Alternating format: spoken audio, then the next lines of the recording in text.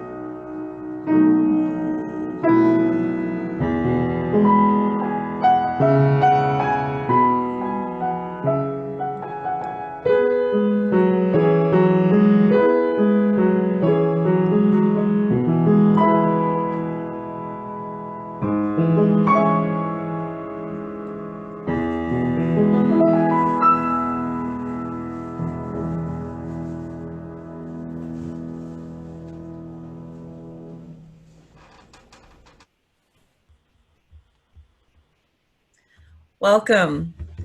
Welcome to Summit Unitarian Universalist Fellowship's Sunday service. Thank you, Karen. That was absolutely beautiful. And I had bird sound outside to enjoy with that. It was really lovely. So welcome today to our service. Wherever you are in your spiritual journey, you are most welcome here. We are a community that gathers in covenant and in love. And sometimes in our fellowship hall, right now we gather digitally in a virtual space. And you are all most welcome here as we celebrate our time together this morning.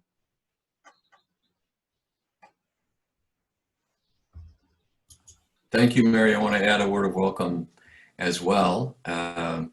I'm now, as many of you know, 6 weeks away from my last day here with the fellowship, and I'm beginning to feel the sadness of that. And the goodbyes have started in earnest, and at the same time, all of us are still busy here trying to scramble to adjust to the new things that are happening every day, and to try to continue to figure out ways to hold our community together and come together.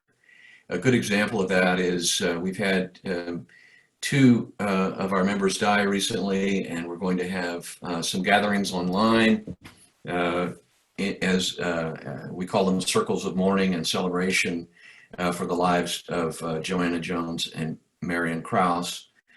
Joanna's service will be on this Wednesday morning. The email that I sent out said 10 o'clock. It's actually going to be at 11 o'clock. And then at 11 o'clock on Saturday will be Marion Krauss. We will celebrate her life as well. And these may not be large gatherings, as you know, a lot of our members did not know these people well. They've been out of the fellowship view significantly in recent years. Joanna not included, of course, but Marion certainly. And we want to invite everyone to come who's interested in being a part of the community to provide that kind of support and to join in mourning and celebrating their lives together. I want to wish you well on this day. I know that I've heard this week a lot of people are hitting walls again. New things are coming up, new frustrations, new difficulties, new news from Washington and other places that cause us to stop and reflect. One of the things that was sobering to me this week was the preliminary and provisional recommendation by the UUA President, Susan Frederick Gray, that we actually plan as if we're not going to be meeting together in person for a whole nother year. And that's to protect people, given the trajectory of the spread of the virus and what's happening. As a community of love and care, we want to be very considerate of those with whom we come into contact and not risk infection of people that we really are disposed to care for. Now, whether or not that will be the case remains to be seen. The board of directors at Summit will stay on top of things and will certainly take everything into consideration as we move toward a time when we can meet together in person, which is something that I don't know about you, but I'm really aching for right now. And I certainly miss that. But this is a great way to connect in the meantime. And we're so grateful to have you here, to have you join us. So Mary, would you lead us into the chalice lighting? Thank you. I would love to. So if you have a candle or a chalice at your home, you can light it with us. And if you have the order service, if you've opened that link, you can read along with me. If not, I will share the chalice lighting words. In love, we come together. For love's sake, we hold to the practice of physical separation. With love, we can endure as a community of hope in the face of tyranny or despair. By the light of love, we learn, we choose, we act to renew the world. For as long as we have breath, may this light guide us in all that we think and do.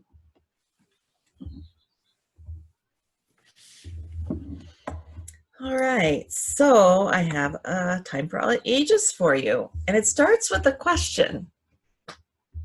What is your superpower? So you may or you may not be sure that you even have one, and that's okay. So I'm going to start, and this is hard for me to do from a distance, but by connecting with our inner superhero. So you can stand for this, or you can, from a seated position, be up and straight. And you want to put your feet about shoulder width apart. Put your hands in a fist and put them on your hips. And look up to the sky like you're a superhero. Strike a pose, whatever that is for you. And breathe in this power position and vision your superpower.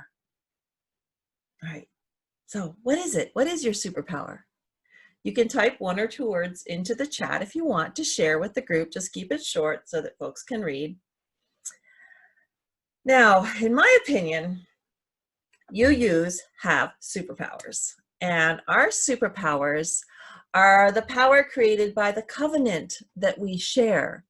So a covenant is a group of promises that we make to each other as we are together in spiritual community.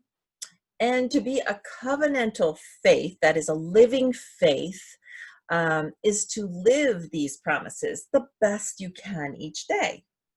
And they're illustrated simply by our Doremi principle song, which goes like this.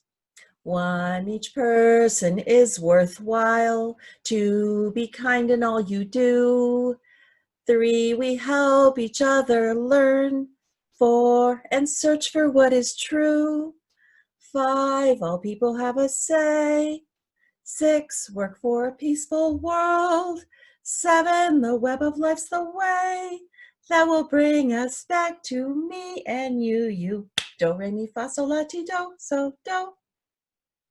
So how are these superpowers? So when we live our covenant, we have supervision. We see each individual as important and worthy, even when we may not like what they're doing. This is a hard one to live, and it can be a daily challenge. In fact, youth will often comment that that person is a first principle challenge. So for me, I do my best to remember that each is worthy and deserving of being, even when I do not agree with the actions that they are taking, especially when they can cause harm. And this is where our other superpowers kick in. So next is we are warriors of compassion and care. So kindness is one of our powers. Be kind in all you do. We care and we share, and this is evident by the work that Summit has done over the years and continues to do. We are super learners. We are teachers and students, and life is a place of continuous learning and discovering and sharing and mentoring, and we grow and each and every day as we learn and discover. Our personal faith is continually growing. We are a living tradition. It is not static. It is always growing, and for each of us in its own way, we are super learners. Now, truth and justice are our way. We value and seek out truth, and we work for justice. This is part of supporting the inherent worth of all as well. And we listen. We hear each person's story, and we take action through acts of care, justice, and speaking up on being part of the decision-making process. And this includes voting. Voting is so important, whether it be at the church congregational annual meeting or at the ballot box. Making sure your voice is heard is important as listening to all the voices. Now, peace, working for a peaceful world, peace is a superpower, and we work for and act in peace when there's disagreement, and we support peaceful decisions that value life. We also recognize our planet Earth as a superhero. We care and celebrate the independent web of life, and we realize that by caring for the earth, we allow the earth to care for us and nurture us. And it's when we don't take care of our planet, of our home sweet home, that we have environmental and sometimes health issues arise.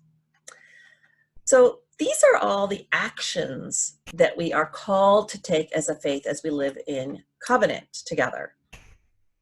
And there is one extreme superpower that guides all of these. Do you know what it is? It is love. We are filled with the superpower of love when we live our UU covenant and bring it to our lives each day. Now, one more time, take your superhero pose and feel your power.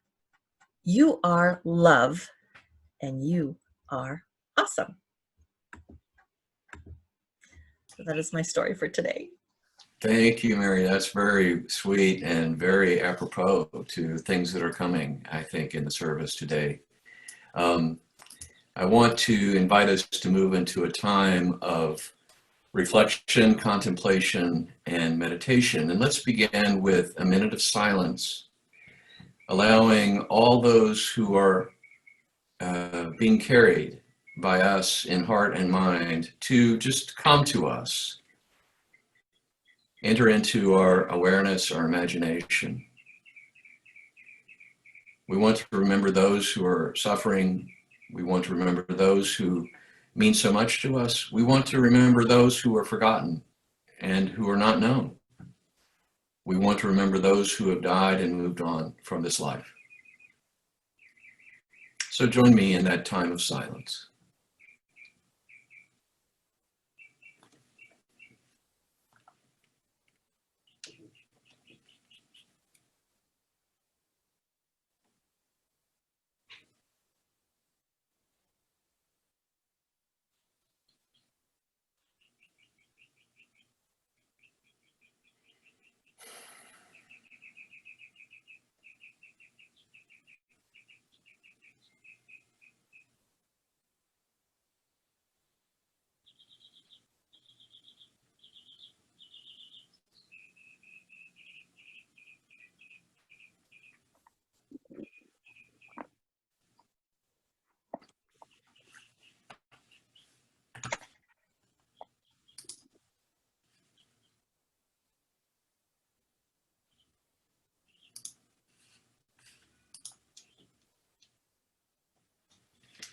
Now, as you move to do so, I would invite each of you to unmute yourselves and call out the names, any concerns that you have, just very briefly, and then remute yourselves. And let's just do this together as a community, as a kind of evocation, invocation, and petition, extending our care, our empathy, our intention of love to those around us, those who have been a part of our lives, those who are part of our world. So please begin. I begin with Francis. I begin with Clark. Joanna. Elda. Bob. Dennis. Wenda. Phyllis. Debbie. Phil Kaiser. Norman. Ellen. John. Sheila.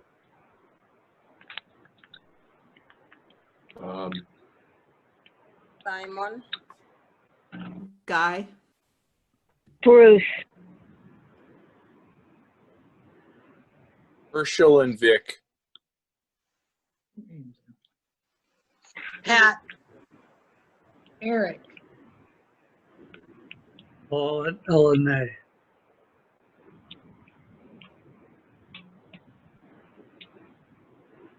My father, Hugh.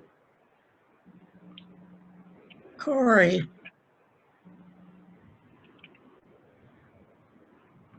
Rodney. Lynn. Joanna.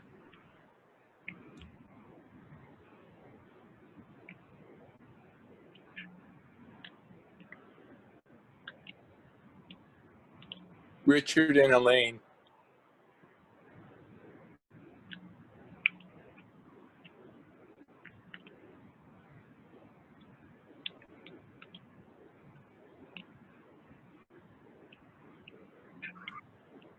Alicia, Joanna, Eddie, Will, Nelson, Paul's family, Rosemary,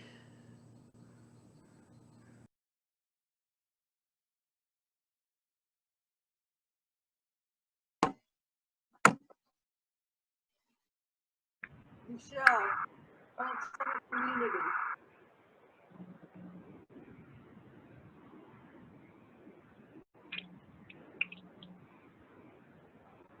Elizabeth,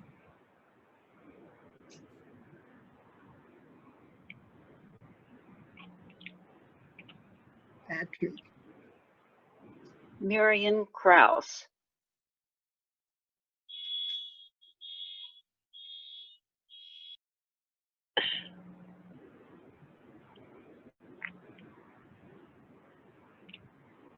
Charles Jacobson,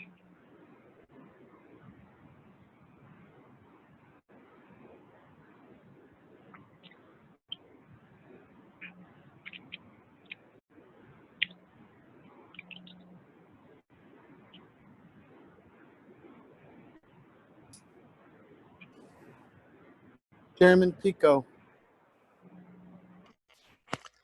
2020 graduates.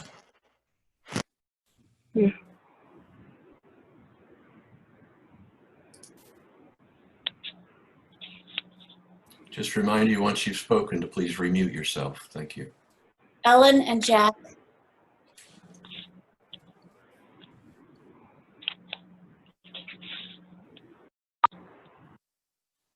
Kaliko Brooks,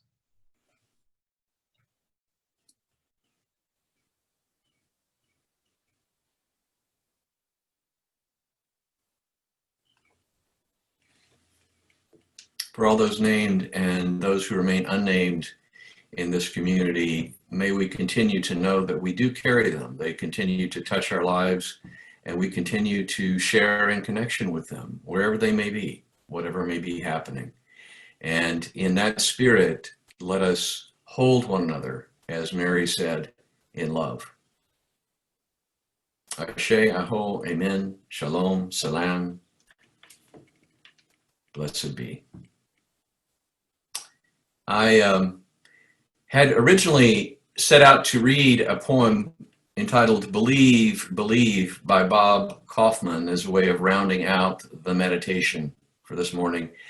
But I changed my mind. I felt a little bit like it was a little too much of a downer. If you're interested in reading that poem by Bob Kaufman, you can look it up, Believe, Believe by Bob Kaufman, and see what it's about. It certainly fits with some of the themes we'll be discussing today in our community reflection. But I decided instead to read a poem that I wrote. It's really a litany of sorts, about 1.5 years ago. And some of you will remember it. I remember that Mark Wheeler was there when I read this, and I will read it again. It's called "The Revelation is at Hand." Our human house is divided, divided, it won't stand. Look and see for you and me. A revelation is at hand. Our earthly home collapsing, built on shifting sand, no easy numbing, feel what's coming. A revelation is at hand. Colonial foundations are a-falling, their bloody mortar turns quicksand. Count your days and adjust your ways. A revelation is at hand. The keystone is a crumbling because we've deserted the great command. Be courage strong and join our song. A revelation is at hand. The walls are breaching, weakened and unmanned. Know the signs, break outside the lines. A revelation is at hand. The fires of fear char our homes. Tyrants try to torch the land. Be not afraid of this course being laid. A revelation is at hand. The conflagration spreading, by greed its flames are fanned. Stand your ground and don't back down. A revelation is at hand. Ere it's too late, join our brigade to douse every hellish brand. Share your need and take a lead. A revelation is at hand. Ere it's too late, join our crew to restore our hearts and land. Claim a place in this urgent race. A revelation is at hand. Take up your tool and bucket, change everything you had planned.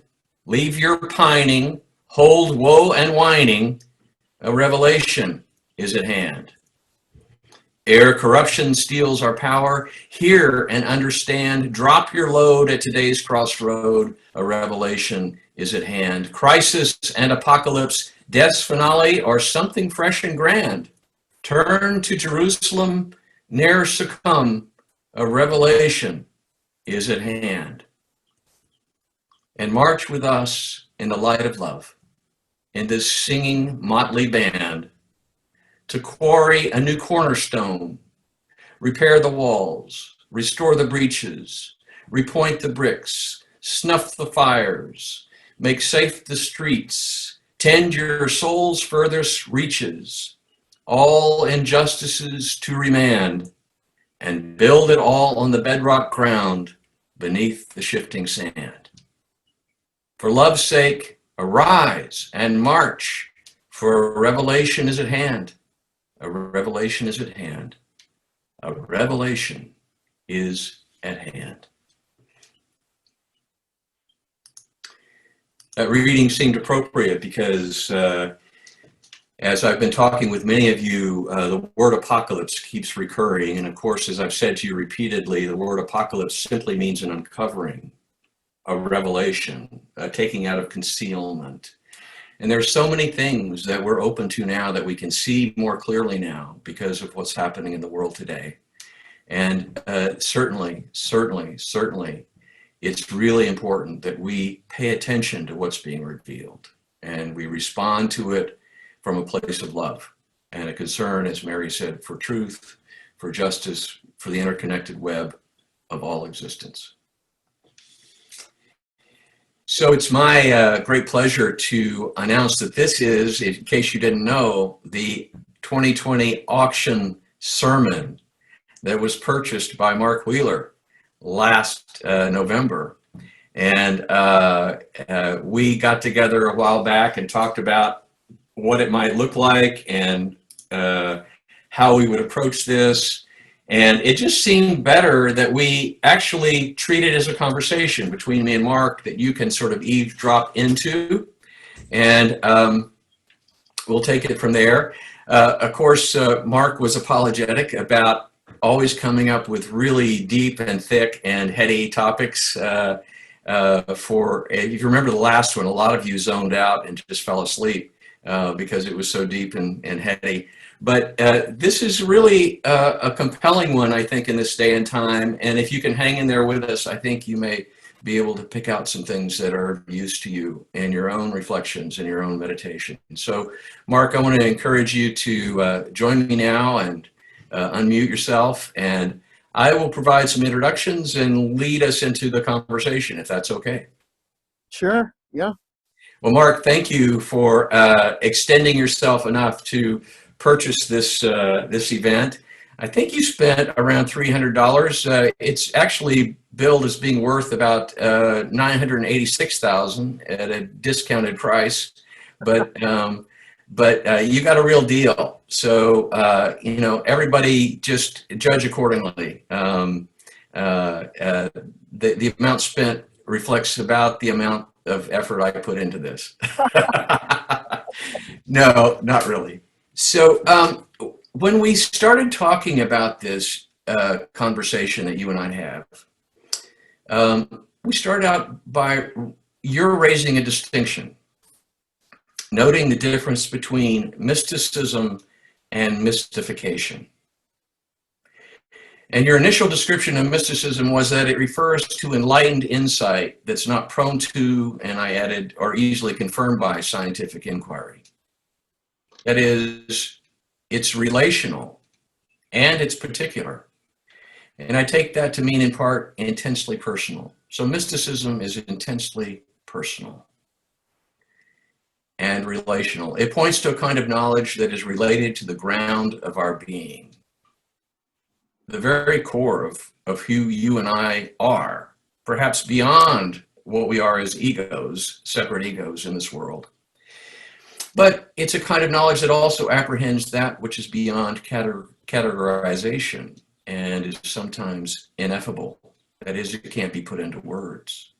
Words cannot capture adequately or convey the reality or force of this kind of knowledge. So mysticism invites, as you said, also a kind of mutuality.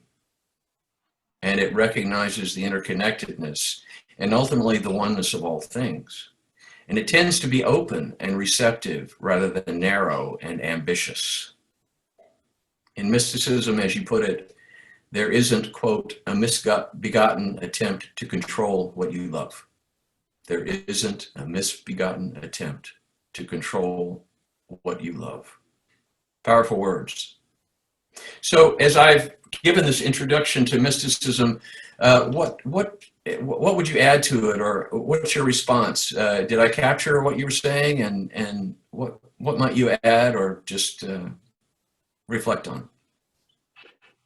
Well, first of all, Frank, you've made me sound a lot better than I think I sounded when we talked. So thank you for the introduction, and certainly worth the 900,000 that I paid you on the side. So you know, we philosophers, we're just rolling in the dough. And hello, everybody. I love my Summit family, and I just love the fact that I can see all of you in this myriad of the Hollywood squares. This is just great. I've been Zooming so much now that this is sort of my normal, and I can't wait for it no longer to be my normal. I love you all. I hope you're well. Yeah, you know, the topic, mysticism and mystification, emerged out of a much sort of simpler concern, which was truth and deception. You know, I'm sort of sick of the post-truth conversation. I really think truth is important. And I don't think it's easy either. And I'm very frustrated that our leadership often prefers deception and encourages bewilderment. That's a nice word for sort of encouraging stupidity. And you know, I'm teaching a graduate seminar this spring on love, death, and agency. And I spent a lot of time reading Hegel, and there it's very hard sometimes to think that it isn't mystification, but I think it really isn't mystifying. I think it's just difficult, and it's a beautiful meditation on rationalism and mysticism. So I mean, we can get into the weeds about that kind of thing, but I mean, the basic concern that I wanted to talk about or hear you talk about, since I paid you to do the work. You notice how I sort of got out of it a little bit, yeah. Was, you know, to highlight the long-standing view that the mystics have, that you have to be brought into a community that aims to interpret the world and strives to work together to create categories so that we can get past them to, you know, the real unification with each other and the world that's possible. Plato talks about this. You know, there's this moment where you go beyond all the ideas that we use as tools to get at things, and we're immersed in something bigger, something not necessarily ineffable, because then we fall into the trap that we're talking about something we're saying we can't talk about. But that's just logic chopping. I mean, it's something beyond what we can fully grasp. And at the same time, I think that the risk is that, you know, the tradition has been tied to obfuscation and mystification. And so people dismiss mysticism as a form of bewildering mystification. I just don't think that's fair. So I know that you, Frank, have tapped into that well of mystical insight, and you've been able to keep it separate from all the baloney that gets put onto sandwiches and sold for cheap. Well, thanks, Mark. Yeah, well said. I will expand a bit on mystification. We've talked a bit about mysticism, and you have brought open the subject of mystification. I would call it a self-centered spirituality, where you try to control things, to use esoteric knowledge to mystify people and deceive them. And I think I'm borrowing from your words as well here. This is in stark contrast to mystics who serve the power of love rather than seek power over others. And there are some examples. I mean, history is replete with examples, but here are some. In the Islamic traditions, Avicenna of the 11th century and Suhrawardi in the 12th century, who was influenced by Sufism, by the way, and who I think you and I can both appreciate, Mark, advocated, according to the Stanford Encyclopedia of Philosophy, advocated an epistemological theory known as, quote, knowledge of presence, in which knowledge is attained directly and experientially when the knower, known, and the epistemic relation become one and the same. That's a powerful statement for a philosopher to consider, but it really gets at this sort of sense of a oneness of consciousness that can be attained in the highest mystic states of awareness and knowing. In the Islamic traditions, in the Christian tradition, Hildegard von Bingen of the 12th century, who was an amazing woman. She was a naturalist, she was a biologist, she was a healer, she was a musician, and much of her connection with those things which transcend the particular life are represented in her music and her poetry.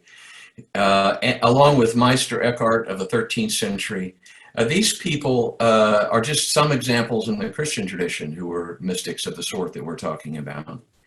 And then a long history of various forms of mysticism related to Judaism, older than Christianity, from the pre-Christian Essenes, whose ideas likely influenced the Rabbi Jesus in his teachings and his way of thinking, to many teachers of Kabbalah, which has roots in the Middle Ages, all the way up to the 20th century Jewish mystic Abraham Joshua Heschel. So there is this theme that keeps emerging again and again. It's also reflected in the Sufism, the qualities of Sufism that are represented in Rumi, who I quote a lot, and whose words at the beginning of the order of service are sort of framing this conversation for me, where Rumi says, out beyond ideas of wrongdoing and right doing, there is a field. I'll meet you there. When the soul lies down in that grass, the world is too full to talk about. Now, as far as mystification in the current context goes, and you made allusion to this, Mark, you mentioned Julius Evola, who was Italian. He died in 1974. He wrote on everything from Eastern religions to the metaphysics of sex to alchemy, but he's best known as a leading proponent of something called traditionalism, a worldview that is popular in far-right and alternative religious circles that believes progress and equality are poisonous illusions. That's a quote from the New York Times, who studied this, and interestingly enough, Steve Bannon, who was so influential in the early years of the Trump presidency, was an admirer of this now relatively obscure figure, obscure to most of us.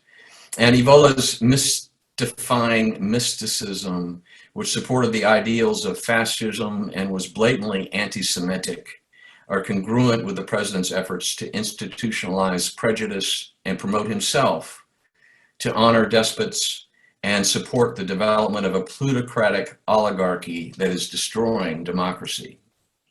That's my opinion about this kind of mystification that happens. I think we're in agreement. Mysticism in the service of fascism becomes mystification.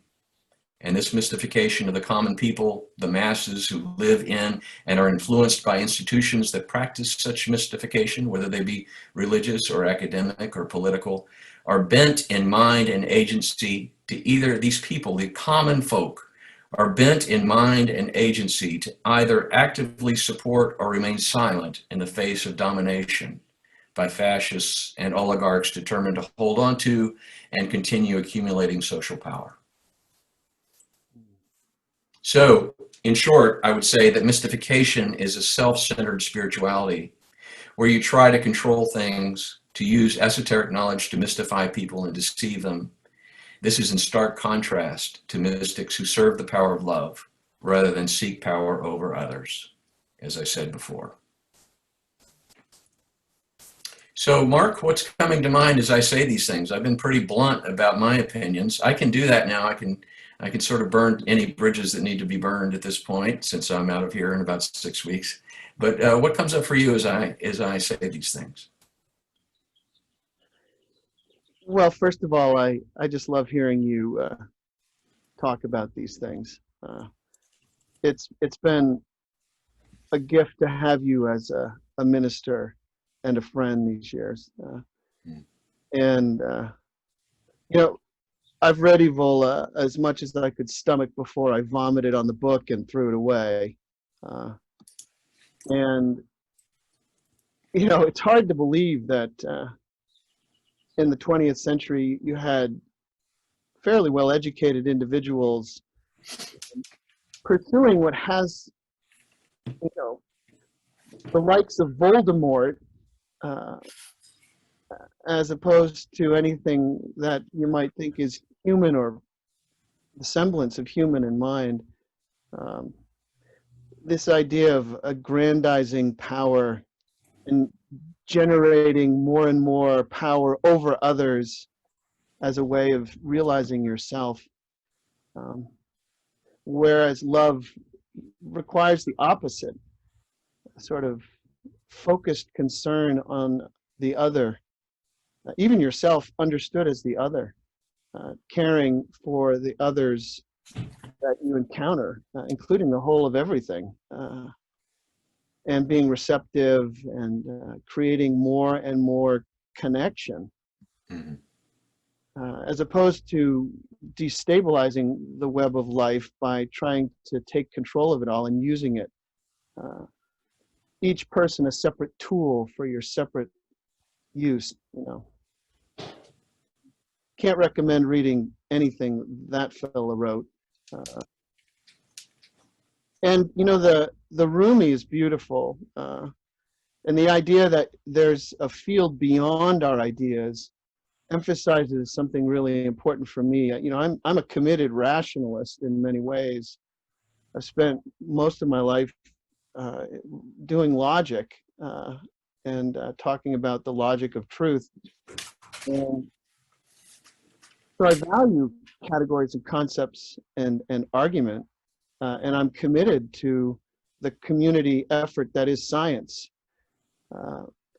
But then there's this fundamental shift that's occurred for me, at least, and I think it's occurred for others in my field, where we recognize that the concepts we use are limited. We are finite creatures, we have finite abilities, and what we encounter and try to come to know through those categories, in the end, seems to speak to us beyond them. But you have to go through them. You know, that seems to be our human situation. We have to acquire ideas, develop them, live within them, and then somehow through that transcend them.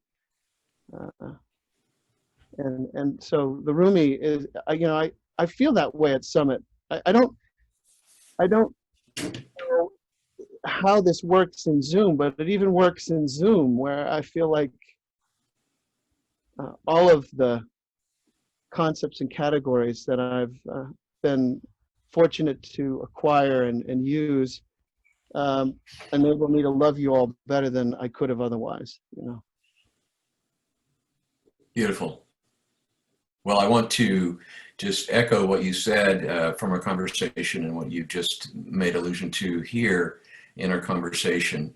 If we're genuinely lovers of truth, then we have to step back and let what is reveal itself sometimes. We have to sort of be willing to do that, because if we begin to pose things too quickly, categories or ways of reasoning or certain presuppositions that we've assumed, but we fail to recognize that we've assumed those presuppositions to begin with, that they are constructions that we've applied or attributed to what's happening, what we're experiencing.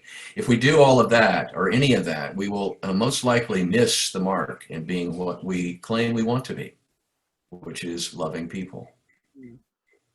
In the end, it seems to me what we're talking about is that the future of humankind and our world all comes down to how we love and how we use power. And recognizing that love is a kind of power which is not usually what people think of when they think of power these days. Power as the capacity to control. The power of love is something entirely different. It's that openness, that the receptivity, and that willingness to hold and embrace and to encourage and to grow with and to grow into and grow towards something greater than what we are now. And this brings me to where our conversation ended up in preparation for today, with how love and power are articulated in communities and large groups. Groups like this one. And we both agreed law is important, rules are important, but they will not get us to a more loving place in and of themselves. Law and rules and regulations that we have seen are often easily manipulated by those who would mystify and control the masses. I'll always remember that shout out during the Supreme Court hearing confirmation. No one is above the law. Well, I'm afraid that the people who are in power and have enough power can actually influence the interpretation of law, the control of the law, the enforcement of the law. And so it's not enough to create a just and loving society of the sort that we at Summit and as Unitarian Universalists say we want to be and want to live into. So we were in agreement. Norms, rules, and laws that people can use to organize and regulate society are essential to an organized society. We can't do without them. We have to go through those ideas, those concepts, those categories, as you were saying, in order to kind of set the base, the ground for moving beyond them. But rules and laws will not get us to love or a justice that is aimed at reconciliation, at repair, at restoration. And the broad social system and network in which we've lived in our lifetimes has offered us the opportunity to be with our loved ones with greater ease and more safety, as you pointed out in our conversation earlier. But this is being threatened. Even this is being threatened by the principalities and powers of today. And such opportunities are in danger of being mystified out of existence, at least for us, for those of us gathered here and our children and our children's children. So I guess I would close by saying, let's keep our mystic sensibilities alive. I think you're inviting us to do that. Let's stand against all strategies of mystification that would divide us and pit us against one another or make one life more valuable and worthy of care or protection than another. And let us remember Rumi's words, that the ideas of right doing and wrongdoing, although they have their place, they're part of the world, they're essential, they're a basis for starting out for every kind of institution, every kind of community. They're not enough, ultimately. Out beyond those ideas, there's a field. Rumi says, I'll meet you there. When the soul lies down in that grass, the world is too full to talk about.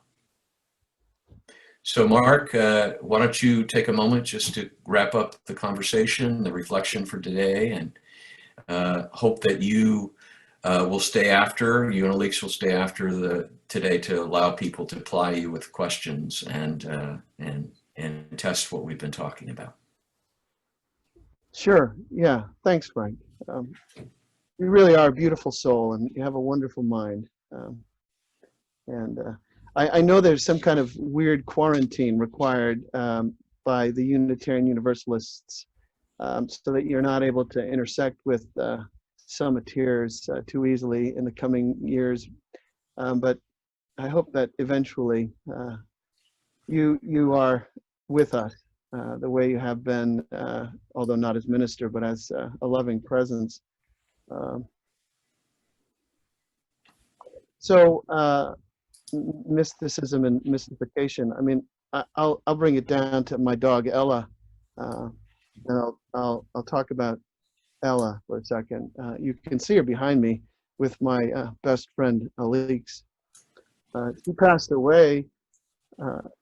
Ella did a little while ago, and it was evident as we were with her as she was put to sleep and her suffering was ended, that all of the wonderful categories that I've been, again, fortunate enough to learn about through endless years of reading books were helpful in recognizing the gravity of this transition from her living to her passing on.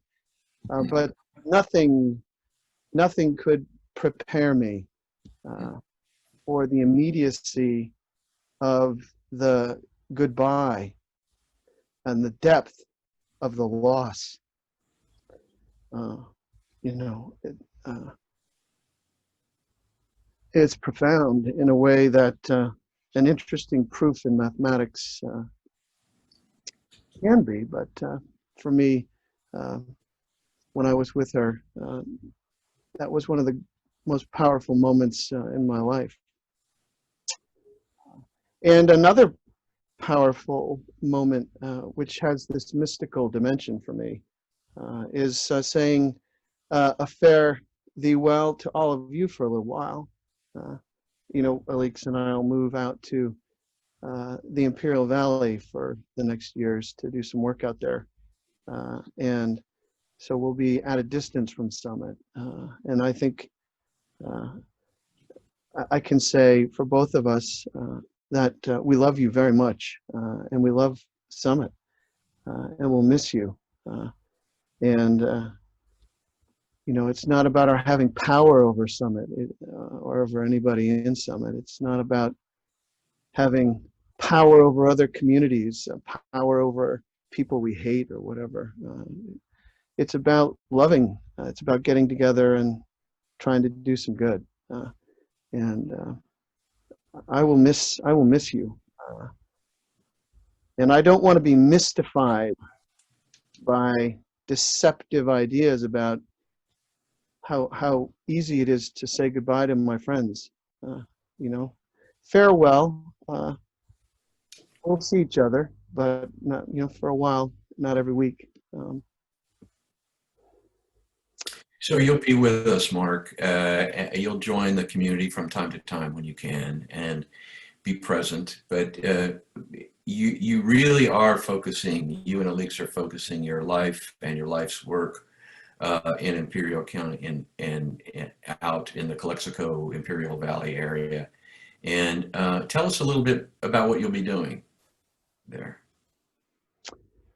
Well, it may come as a surprise to some that San Diego State University has had two campuses there, one since 1959. And it may not surprise anyone that since 1959, San Diego State University hasn't done very much to support the community out there. The campuses there have languished. The people who've worked at that campus are wonderful people and work very hard for the community there and do a great deal for SDSU. But the administration at SDSU and the statewide California State University administration hasn't invested in the community in the Imperial Valley for the last 60 years or so. And that's a shame. And we have a new president, Adela de la Torre, and a new provost, Hector Ochoa. And they both better understand the importance of supporting underserved populations. And so I'm emboldened by their progressive leadership to go out there with Alix and to serve that community to try and build up their 4-year university opportunities. There are lots and lots of brilliant young people out there who are thirsty for an education, but who for various good reasons don't want to leave their family and their culture and their community to go to a university elsewhere. And of course, San Diego State University is there, just not doing very much by way of offering them programs. So that's the goal. And I'll hope that there's follow through. If I go out there and the administration pulls out the rug, well, you'll see me sooner than I'm currently expecting, because I won't suffer it. But if they do what they say they want to do, it should be very exciting. Well, Mark, thank you for sharing with us a bit about that. And I want to sort of give people a sense of how important this is and how meaningful this is to those of us who are concerned about love, truth, and justice. And I want everybody here to know that, you know, Mark was just awarded this last year a full professorship at San Diego State University. Mark could sit back, teach a couple of classes, and just enjoy himself without having to do much more. But he's so concerned about people who are on the margins, people of color, people who are in the indigenous community, who have not had access to education, who've been promised education, but it hasn't been forthcoming. He's really championing that. He's going out there, he and Alix both are going out there to see if they can bring that to the people of Imperial County. And I want you to know that this represents a kind of apostolate. Mark, you and Alix are our apostles going out there. And we are commissioning you to this great work. As a community, you're not alone. We want you to know that we support you and really want to be here to encourage you in this work that you're doing. And we'll miss you too, because you won't be around as frequently. But we do hope that you will check in from time to time, and that you will, in those connections, that you will report to us on how it's going for the two of you. And so all of us, let's all together now commission Mark and Alix to this great work that they're about, and recognize that they are our apostles. The word apostle means those who are sent out. They are our apostles going out to really bring life and well-being. Hopefully that can happen if there's not too much mystification going on and that kind of thing. That this work is so important. This work is so important. So to do that, to commission, let's all raise our hands and aim our palms at Mark and Alix, and just carry your intention. Carry this intention with you. Go in love, go in peace, and know that we're here for you. Okay? Ashe. Ashe. And you are thereby commissioned. Alix, why don't you jump in and add a word if you're here? Sorry, I had to figure out where my mute button was. Hi, everyone. We really are excited. It really is our life goal to find ways to serve underserved. And while it was a kind of big, scary, exciting, challenging decision for both of us, because it's Mark's position, I'm also bringing my service with me. My work is portable, 2 virtual jobs, very much service oriented. So it's really we kind of realized that, you know, this kind of opportunity really is part of who we want to be and what our lives are. And if we can have careers that serve, make a living while serving, not just charitably, it's really quite an alignment of the stars. And so we're both very excited. We're also very glad it's only 2 hours away, everyone. And that we don't plan to leave any of our friends, but we really will be, you know, a few hours away and can't commute the same way before. So it really is time for us to shake it up. Change is always hard, even for the better. Look ahead, see that even in difficulty, it will bring different and new opportunity, and to explore a different part of our world, from Mexicali to learning Spanish, to stuff we haven't done yet. So we're very excited, and we love you all. Thank you, Alex. Thank you for those good words. And I understand that you also will be perhaps an instructor in the campus as well in your work, metalsmithing work. Well, when Mark says there are wonderful people out there, I mean, there's wonderful people all over the world, but this is a really powerful community, probably shaped by teaming. I mean, you know what teaming with people who have something to work very hard at and maybe have extra challenge, especially with San Diego State budget, for example. We have been both welcomed extraordinarily. Mark's Mark's bridging to the administration on campus here makes him so valuable. And for both of us to move, they wanted us both to feel a part of it. And they offered me a teaching position that I'll be starting next spring. That's very part-time, and who knows after COVID if that works out. But I will throw myself at their art department and offer to volunteer and support there. There's so much that's going to happen that we don't even know about. But yes, it's been really powerfully inviting and supportive of us both. Thank you, Alex. Wanted to say thank you, Alex and Mark, once again for allowing me to speak with you in the presence of the community this morning. I noticed that Ellie Dodseth has also mentioned she's moving on to other works. We have other people in our community who are out doing some amazing things, and we don't want to forget them either.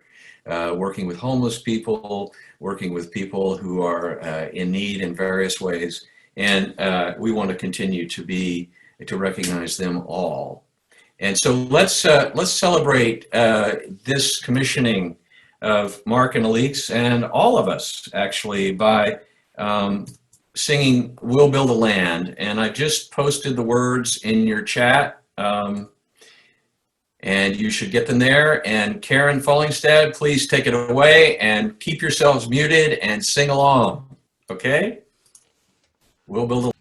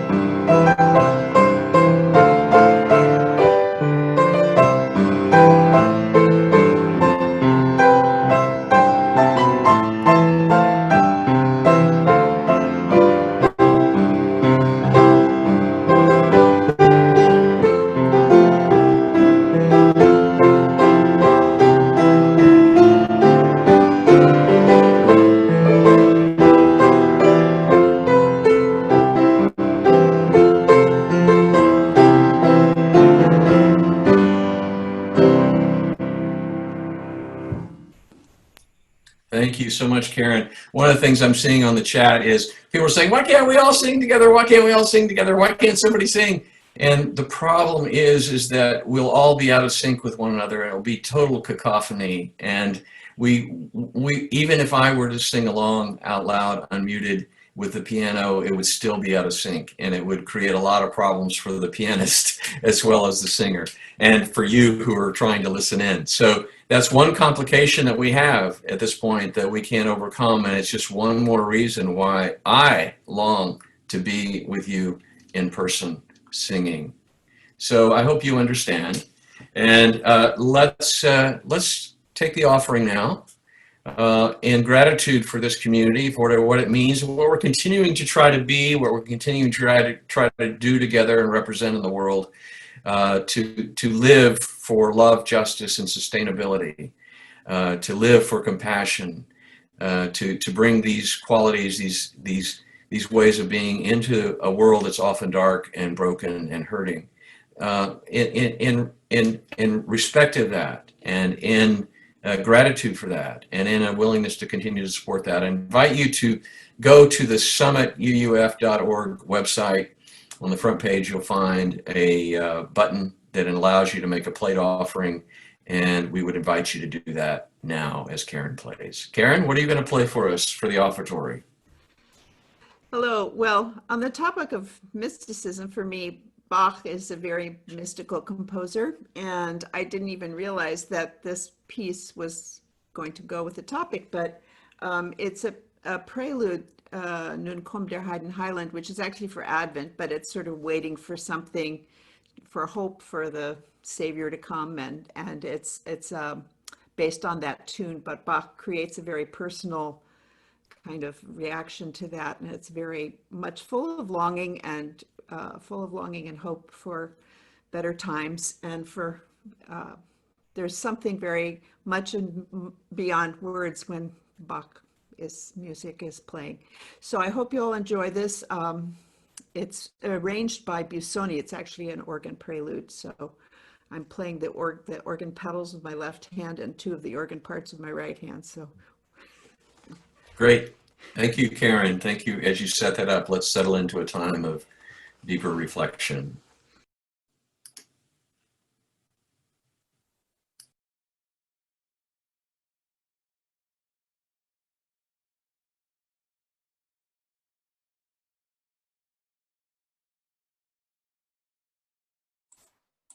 Karen's not unmuted. Hey, Karen. Karen, can you hear us? Okay, sorry. I'll do That's it again. okay. All right, yeah, it was very dramatic. All right, we're listening. Very mystical. Thank you. Thank you.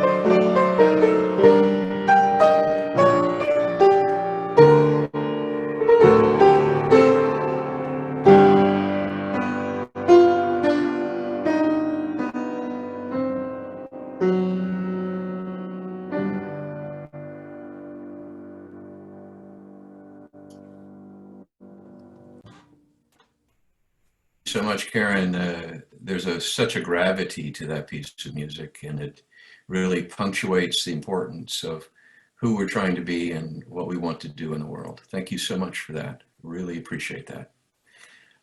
So glad you're here playing for us and being a part of our community. Now we want to invite another part of our community, important person in our community, Debbie Wingard, who is a treasurer, member of the board of directors, and chair of the finance committee, to offer a presentation about Summit's future, and would really invite you to stay on and listen to what she has to share. It's very brief, and we'll take it from here. Debbie, are you with us? Yes, I am. All right, I'm going to put up the slide presentation that you asked for, and just take a moment. Let's see here. I'm not sure which one is right. I've got two here. So I think it's going to be this one. Forgive me, you may need to correct something as you go along, but I think it's this one. I should have erased the other one, but I didn't. Let's see. And let me ask everybody, can you see that? Let's see. No. Okay, let me back up here again. And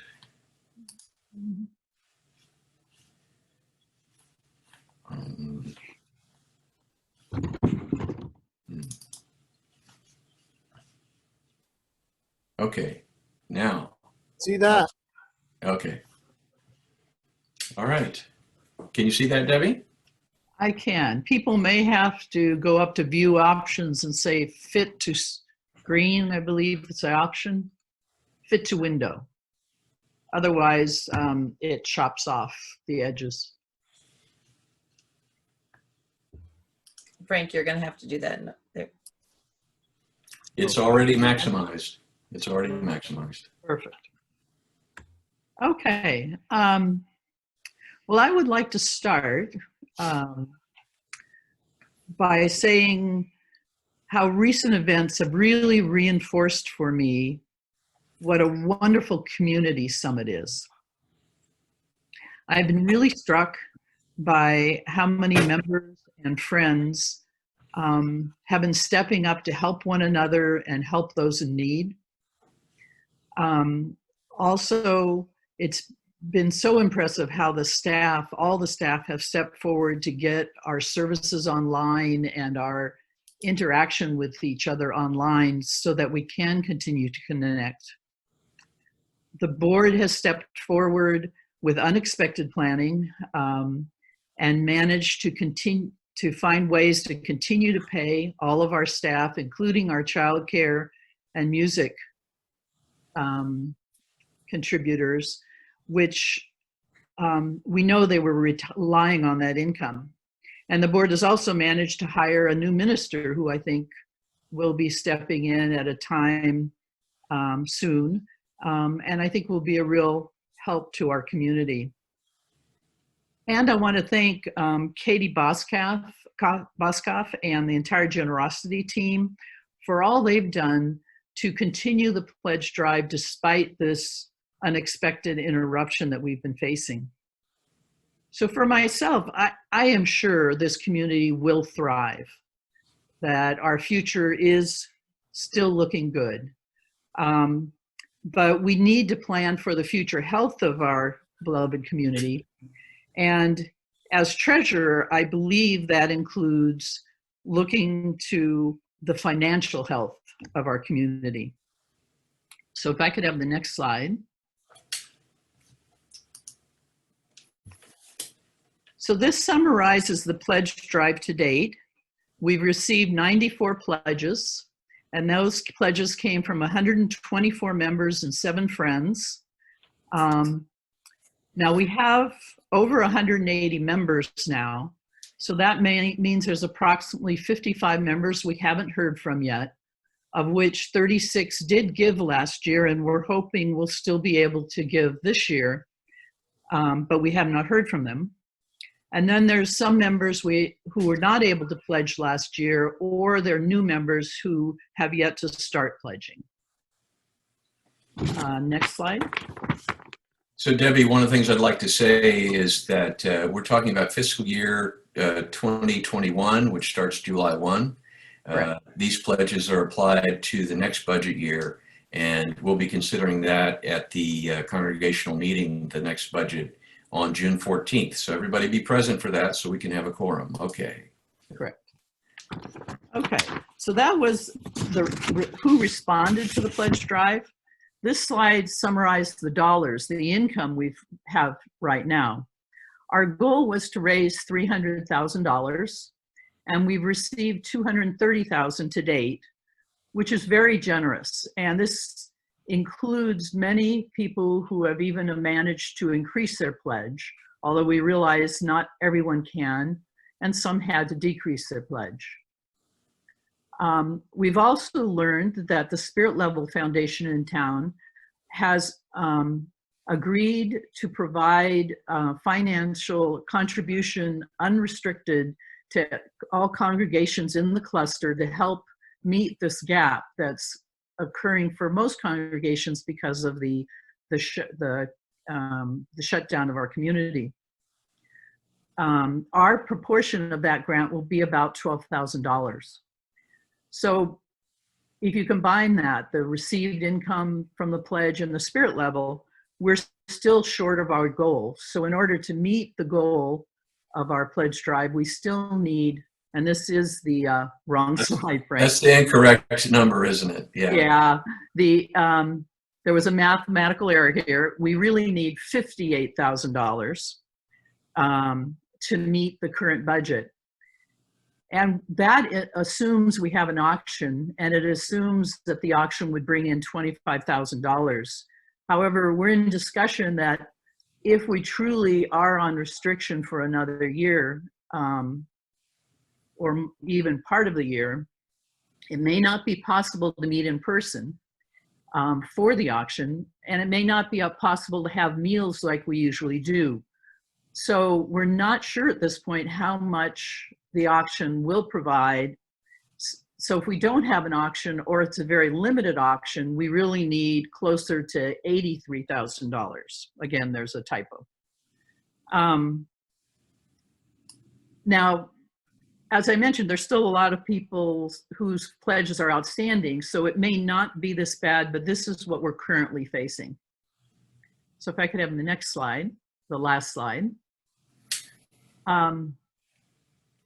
As you know, the bulk of our income comes from pledges. Right now, it's about 85% of our income. If we don't have an auction, or if we have a limited auction, those pledges need to be at least 95% of our income.